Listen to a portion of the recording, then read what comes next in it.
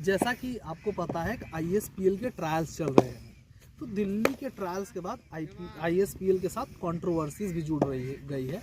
काफ़ी YouTubers video बना रहे हैं कि ISPL स्कैम कर रहा है या फेक है या फर्जी है।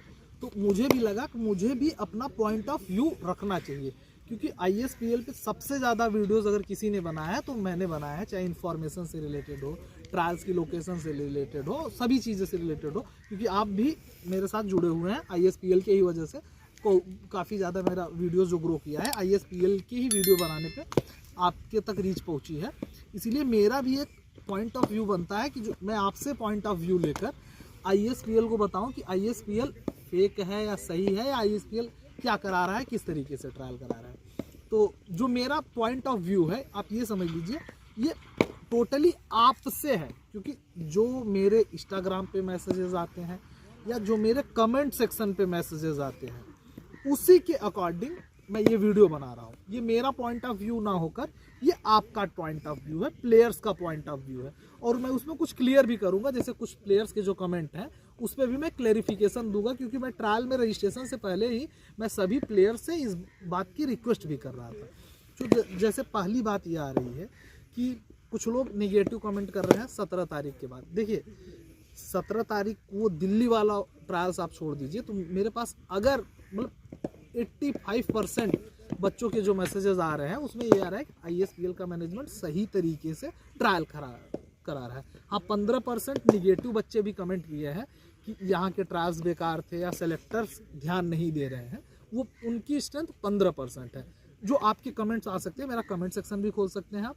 दिल्ली वाला ट्रायल छोड़कर जो पहले दिन हुआ, उसके अलावा आप छोड़कर जो हैदराबाद का आया, या मेरे इंस्टाग्राम पे भी जो मैसेजेस आ रहे हैं उसके एक्सपीरियंस पे मैं आपको शेयर कर रहा हूँ।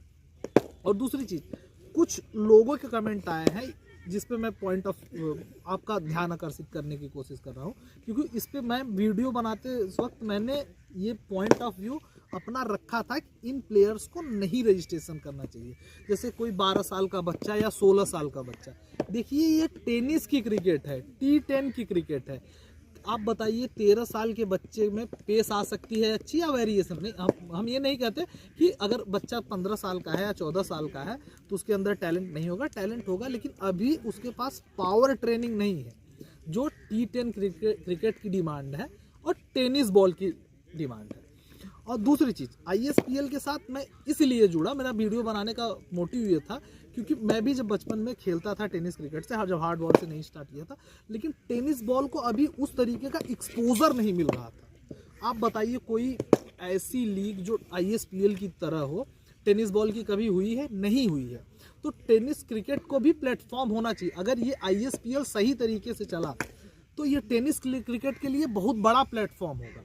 और अभी तक मैं ISPL के साथ इसलिए हूँ, या ISPL की वीडियो इसलिए मैं बनाता हूँ क्योंकि उन्होंने पहले क्या किया, पहले उन्होंने शेड्यूल अनाउंस किया कि 2 से 9 मार्च के बीच में टूर्नामेंट हो गया। अभी जितने भी प्राइवेट लीग्स थे, जो लेदर बॉल की लीग की मैं बात कर रहा हूँ, उसमें पहले आपको ट्रायल देना होता था, उसके बाद कैंप फीस देना होता था, और उसके बाद स्टेट वो उधर करके घुमाते थे। कोई कैंप फीस के 5,000 रुपये, कोई 20,000 रुपये सिक्योरिटी फीस से, उनका काम था पैसा बनाना।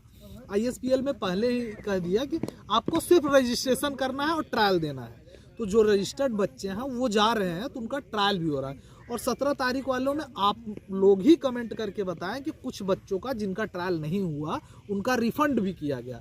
अगर ISPL का मैनेजमेंट सही नहीं होता, उन्होंने गलती एक्सेप्ट की, इसीलिए उन्होंने एक दिन बढ़ाया ट्रायल्स भी डेट में ना, उन्होंने गलती एक्सेप्ट की और एक दिन बढ़ाया ट्रायल्स के डेट में। जैसे दिल्ली में 17 तारीख में अव्यवस्था फैली और 18 तारीख को भी ट्रायल लेट तक हुए।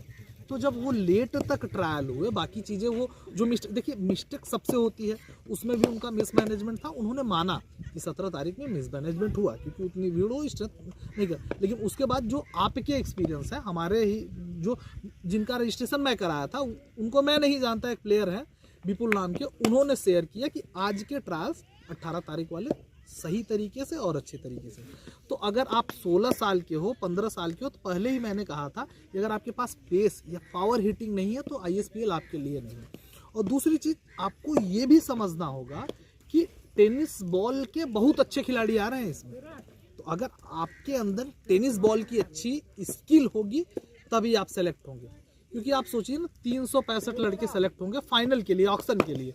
उससे पहले भी और रजिस्टर्ड मेरे हिसाब से 40-50 या उससे ऊपर के ज़्यादा भी रजिस्टर्ड बच्चे हो सकते हैं, क्योंकि हर जगह 1000, 1500, 2000 से कम तो नहीं आ रहे हैं, और कहीं कहीं तो और मुंबई में तो और आएंगे।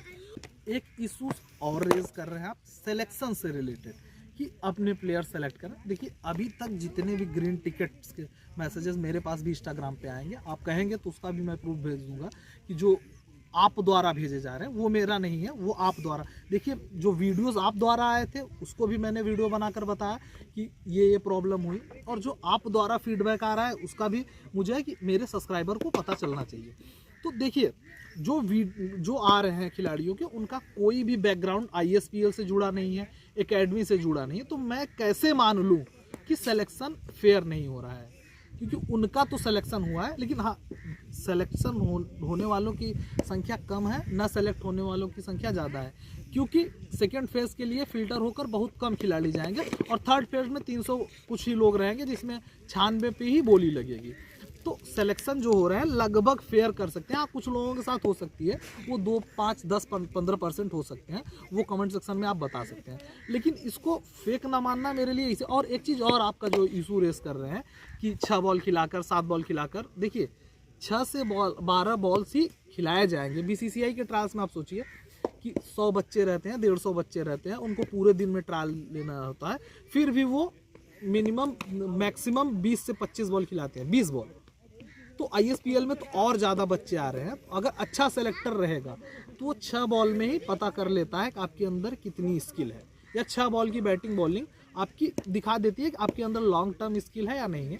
आप कमेंट्स कर सकते हैं, नेगेटिव कमेंट भी करेंगे तो मुझको कोई दिक्कत नहीं, आप भी अपना फीडबैक दीजिए, उस पर भी हम वीडियो बनाएंगे कि आप सही हो या गलत। लेकिन जो मेरा पॉइंट ऑफ व्यू है, मेरा भी पॉइंट ऑफ व्यू है कि अगर सिलेक्शन करना है किसी का तो उसका सिलेक्शन के लिए एक ही बॉल काफ़ी होती है, जो हम लेदर बॉल में सिलेक्शन करते हैं। टेनिस बॉल का तो हम नहीं बता सकते। लेदर बॉल में अगर स्टांस अच्छा है खिलाड़ी का, डिफेंस अच्छी है, ड्राइव है, लीविंग अच्छी है, तो उसका सिलेक्शन हो रहा है, ये सीधे बैट से अच्छा खेल रहा है। जो मेरा व्यू है लेदर बॉल पे, टेनिस बॉल पे मैं नहीं बता सकता, लेकिन यही है कि 6 से 12 बॉल ही मिलेंगे।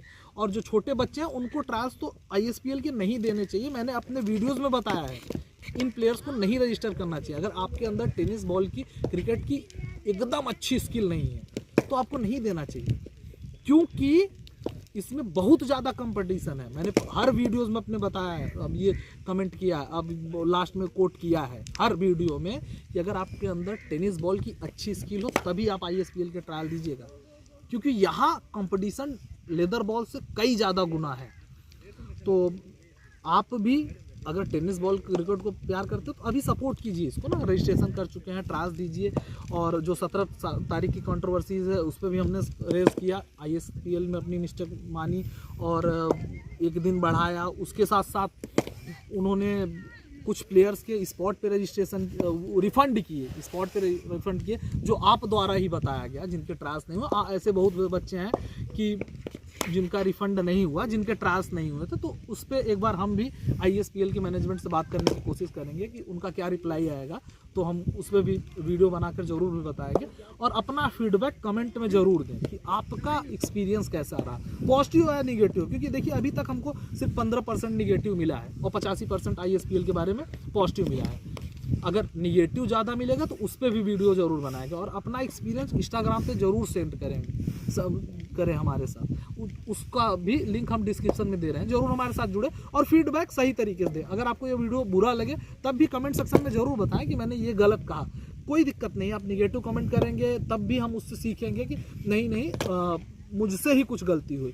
आपका पॉइंट ऑफ व्यू मैटर करता है, क्योंकि जितना भी मैंने ये जो मैं वर्ड्स बोला हूँ ये आपके जो इंस्टाग्राम पे मैसेजेस आ रहे हैं उसके अकॉर्डिंग मैं बोल रहा हूँ। और जितने भी सिलेक्शन के मैसेजेस अभी मेरे पास आए हैं वो सभी फेयर के हुए हैं, जिनको ग्रीन टिकट में सभी के फेयर हुए हैं। आप कहेंगे तो फिर से मैं कहता हूँ कि मैं एक वीडियो उस पर बनाऊँगा कि उनसे मैं कॉन्टेक्ट भी करके, क्योंकि सभी इंस्टाग्राम पर मेरे जुड़े हुए हैं, क्योंकि ISPL में सबसे ज़्यादा रजिस्ट्रेशन अगर किसी ने कराया है तो वो मैंने कराया है, और ISPL के बारे में सबसे ज़्यादा वीडियोस इन्फॉर्मेशन दिया है तो मैंने दिया है। और लास्ट में मैं हर बार यही कहता था कि अगर आपके अंदर टेनिस बॉल की अच्छी स्किल हो तभी रजिस्टर कीजिएगा।